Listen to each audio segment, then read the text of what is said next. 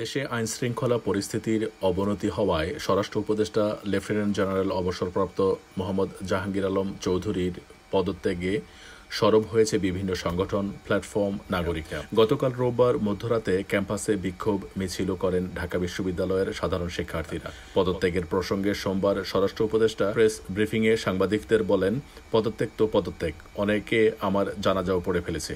তিনি আরও বলেন, আইনশৃঙ্খলা পরিস্থিতি খুবই ভালো। 53 বছরের কোনো মিডিয়া কখনো তা বলেনি।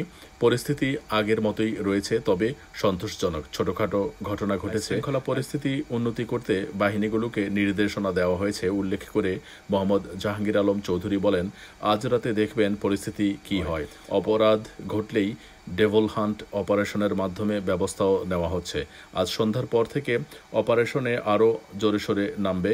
ব্রিফিংয়ে প্রধান উপদেষ্টার প্রেস সচিব শফিকুল আলম বলেন, অপরাধ প্রবণ এলাকাগুলোতে যৌথ বাহিনীর টহল আরও বাড়ানো হবে। চেকপোস্ট বসিয়ে তল্লাশি করা হবে। মানুষের জানমালের নিরাপত্তার দায়িত্ব সরকারের।